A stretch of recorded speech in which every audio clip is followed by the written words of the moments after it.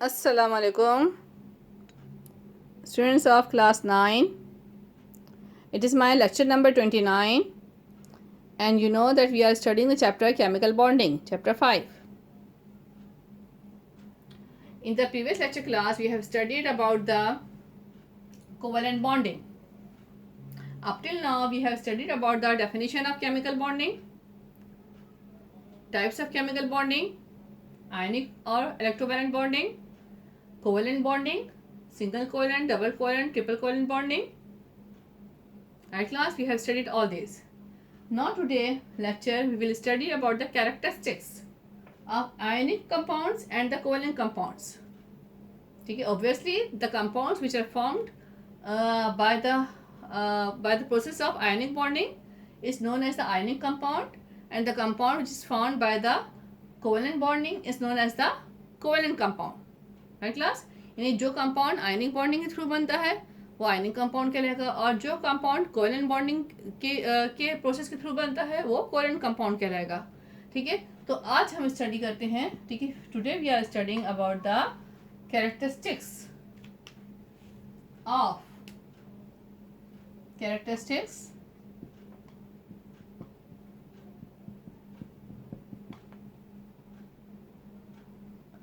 Of ionic compounds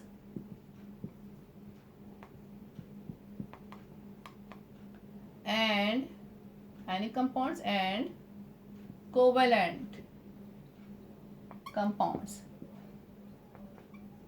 Right class?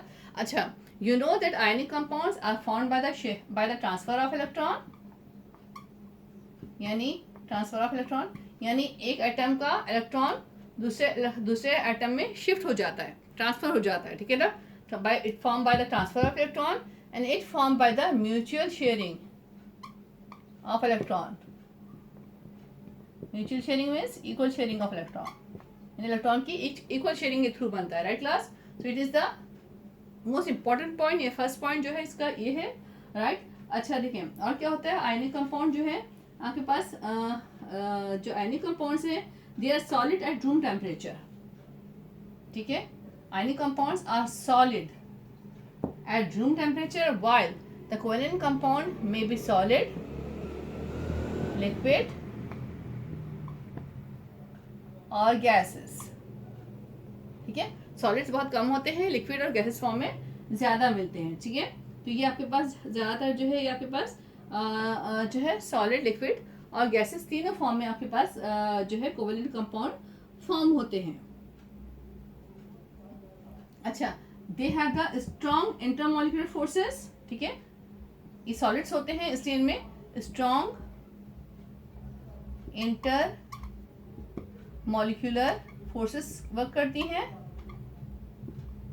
ठीक है, intermolecular forces means दो एटम के बीच में जो अट्रैक्टिव फोर्स होती है वो क्या कहलाती है? Intermolecular force. ठीक है, so in between the atom of the ionic compound strong intermolecular forces work.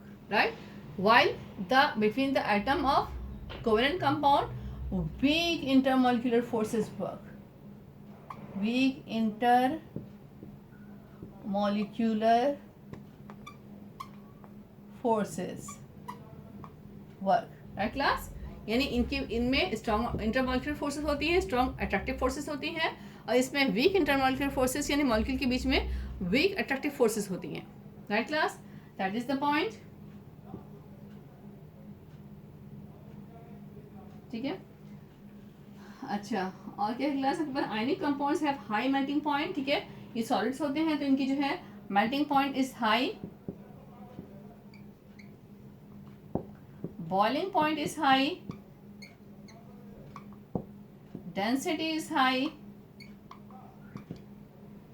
ठीक है, डेंसिटी इनकी हाई होती है, melting point, boiling point, density, ये जो प्रॉपर्टीज है इनकी बहुत हाई होती है इनमें. ठीक है, इन्हें ज़्यादा इनकी वैल्यूज जो है वो ज़्यादा होती हैं क्योंकि इनके बीच में स्ट्रॉन्ग इंटरमॉलिक्यूलर फोर्सेस होती हैं, तो इनको ब्रेक करने के लिए ज़्यादा टाइम चाहिए, ज़्यादा एनर्जी चाहिए होती है. Right class?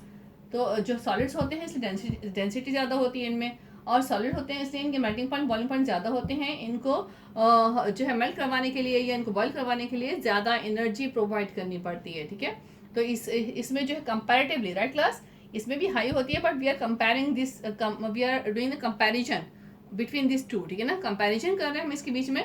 तो जो कंपैरिजन जो हम कर रहे हैं क्लास इसमें, तो जो है उसके अकॉर्डिंग मैं बात कर रही हूँ, ठीक है। कंपैरिजन में इनकी जो है ना कंपैरेटिवली इनकी लो होती है boiling point, melting point, density, ठीक है। सारी प्रॉपर्टीज लो होती हैं क्योंकि लिक्विड और गैसेस फॉर्म में भी मिलते हैं, ठीक है। ये सारी प्रॉपर्टीज जो है इनकी ये कंपैरेटिवली लो होती है। अगर हम दोनों इसके कंपाउंड को कंपेयर करें तो ये इसमें ये जो वैल्यूज है ये लो होती हैं, right class.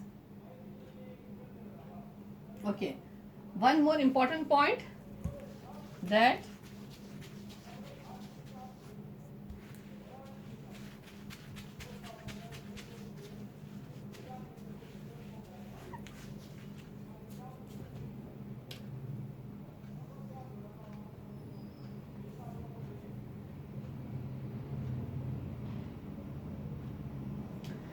Number 5 point class, ठीक है।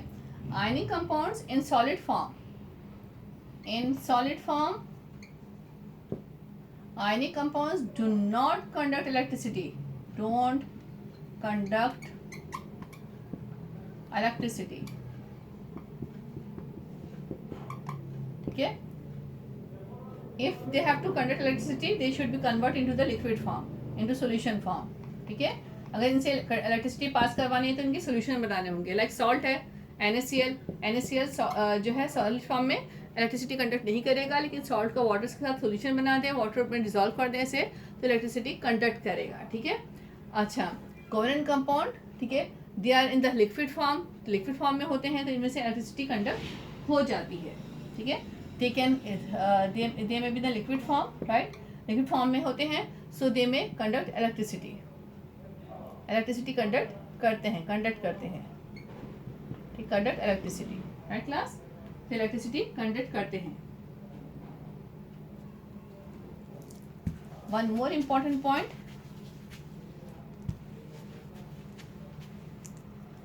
that ionic compounds they are soluble in polar solvents, polar solvents, ठीक है। जो आपके पास आयनिक कंपाउंड्स होते हैं ये पोलर सॉल्वेंट्स में जो है सॉल्युबल होते हैं, डिजॉल्व हो जाते हैं, लेकिन जो है ये नॉन पोलर सॉल्वेंट्स में सॉल्युबल नहीं होते, ठीक है, नॉन पोलर सॉल्वेंट्स में सॉल्युबल नहीं होते, डोंट डिजॉल्व, ठीक है, do not dissolve, don't dissolve in do not soluble in non-polar solvents, right class. Ionic compounds are they are soluble in polar solvents but they are not soluble in non-polar solvents, जबकि covalent compound में इसका बिल्कुल उल्टा होता है। Covalent compounds में क्या होता है, they are soluble in non-polar solvents while they are not soluble in polar solvents, ठीक है। मैं भी आपको बताती हूँ what are the polar solvent and non polar solvent. सिर्फ इसका पहले पॉइंट्स देख लें, क्या है, ionic compounds are soluble in polar solvents, covalent compounds are soluble in non polar solvent, ठीक है। ये पोलर में सॉल्युबल होते हैं, ये नॉन पोलर में सॉल्युबल होते हैं, ठीक है। अच्छा, ionic compound do not soluble in non polar solvent, ionic compound non polar में सॉल्युबल नहीं होते, कोवेलेंट कंपाउंड पोलर में सॉल्युबल नहीं होते, राइट क्लास। यानी आप इसका एक आयनिक कंपाउंड का ये वाला पॉइंट पक्का कर लें, ionic compound soluble in polar solvent, not soluble in non polar solvent, और यहाँ पे इसी पॉइंट को रिवर्स कर दें तो कोवेलेंट कंपाउंड का पॉइंट बन जाएगा। जब भी इस तरह के पॉइंट्स हो, ठीक है, जब भी कन्फ्यूजन हो सकता है तो क्या करें, हमेशा ये क्या करें कि एक पॉइंट पक्का कर लें और दूसरा पॉइंट को उसका अपोजिट कर दें, तो आपके पास इजीली कोई मिस्टेक नहीं होगा, कोई मिस्टेक का चांस नहीं होगा, ठीक क्लास। ओके ना, what are the polar solvents, I will tell you polar solvents क्या होते हैं क्लास, और नॉन पोलर सॉल्वेंट्स क्या होते हैं, ठीक है। देखिए, polar solvents which have the polarity, ठीक है ना, for example which polar solvents, ठीक है, I'm telling you about the polar solvents characteristics हम कर चुके हैं, हम इसे आपको बताने हैं पोलर सॉल्वेंट और नॉन पोलर सॉल्वेंट का difference. Non polar solvent class. अच्छा देखिए, पोलर सॉल्वेंट्स क्या होते हैं, जिनमें पोलैरिटी होती है। पोलैरिटी मीन्स पोल्स होते हैं, पोल्स मीन्स पॉजिटिव और नेगेटिव पोल्स, चार्जेस, ठीक है, सिंपल जो हम कहते हैं charges. For example like HCl solution is the polar solution, it has the charges H positive Cl negative, तो ये क्या है, पोलर सॉल्वेंट है ये, राइट क्लास। अच्छा non polar solvent like for example benzene C6H6 benzene solution, ठीक है। Benzene solution क्या है आपके पास, carbon has no charge, carbon के ऊपर पॉजिटिव नेगेटिव कोई चार्ज नहीं होता। तो अब देखिए कार्बन पे कोई चार्ज नहीं है, जबकि हाइड्रोजन के ऊपर पॉजिटिव चार्ज होता है। तो क्या है यहाँ पे, इस पे चार्ज नहीं है, इस पे चार्ज है, तो कोई यानी चार्जेस इक्वल नहीं है। यहाँ क्या है +1, हाइड्रोजन का +1 चार्ज है और क्लोरीन का -1 चार्ज है। प्लस माइनस ये चार्जेस क्या है, कैंसिल होकर क्या आएगा, नेट रिजल्ट 0 आएगा। तो ये क्या होते हैं, पोलर सॉल्वेंट्स होते हैं ऐसे, जिनमें पोलैरिटी डेवलप होती है। और नॉन पोलर सॉल्वेंट्स में लाइक बेंजीन है, कार्बन हैज नो चार्ज और बेंजीन का क्या है, इसके ऊपर चार्ज जो है, बेंजीन में हाइड्रोजन भी चार्ज होता है, लेकिन एक ये नहीं, इस पॉजिटिव तो है, इसमें नेगेटिव चार्ज नहीं है। तो क्या है, चार्जेस कैंसिल नहीं हो रही, इक्वल चार्जेस नहीं है। So such type of solutions are called as the non polar solvents. Clear class. तो ये जो है आपके पास पोलर सॉल्वेंट्स हैं, नॉन पोलर सॉल्वेंट्स हैं। आयनिक कंपाउंड जो है ये पोलर सॉल्वेंट्स में सॉल्युबल होते हैं, ठीक है, जबकि नॉन पोलर सॉल्वेंट्स में ये सॉल्युबल नहीं होते हैं, ठीक है। अच्छा इस तरह से जो आपके पास क्लास जो हमने पढ़ा है, इसका बिल्कुल अपोजिट पॉइंट कर लें। कोवेलेंट कंपाउंड्स ये जो है पोलर सॉल्वेंट्स में सॉल्युबल नहीं होते, इनसॉल्युबल होते हैं, जबकि नॉन पोलर सॉल्वेंट्स कौन से होते हैं, जिनमें पोलैरिटी नहीं होती है। फॉर एग्जांपल लाइक बेंजीन है, ये बेंजीन की एग्जांपल दी है मैंने बुक में, देखें बस ईथर की एग्जांपल है, कार्बन टेट्राक्लोराइड है, ठीक है, ईथर, कार्बन टेट्राक्लोराइड, ये सारे जो है नॉन पोलर है। इन सब में कोवेलेंट कंपाउंड्स जो है ये सॉल्युबल हो जाते हैं, ठीक है क्लास।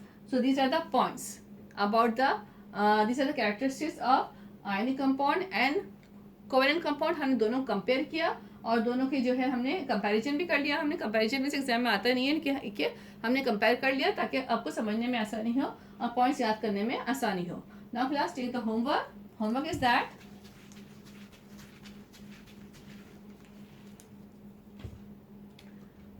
write 4 characteristics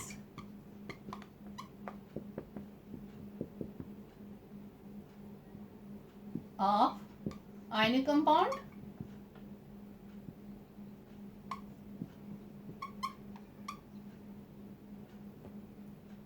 right. इस तरह से नेक्स्ट क्वेश्चन बन जाएगा क्लास, ये क्वेश्चन आपके पास हो गई है।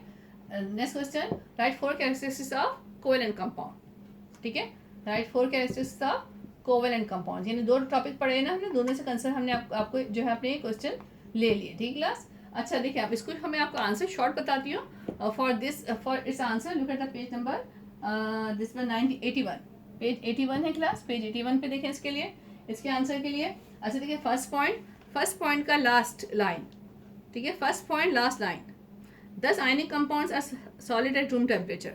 यानी 10 नहीं लिखना, आपने सिर्फ इतना लिखना, ionic compounds are solid at room temperature. Ionic compounds are solid at room temperature, बस इतना सा आंसर करना है क्लास। सेकेंड पॉइंट पूरा लिखना है, ठीक है। थर्ड पॉइंट पे आ जाए क्लास, यहाँ ब्रीफ कर सकते हैं हम।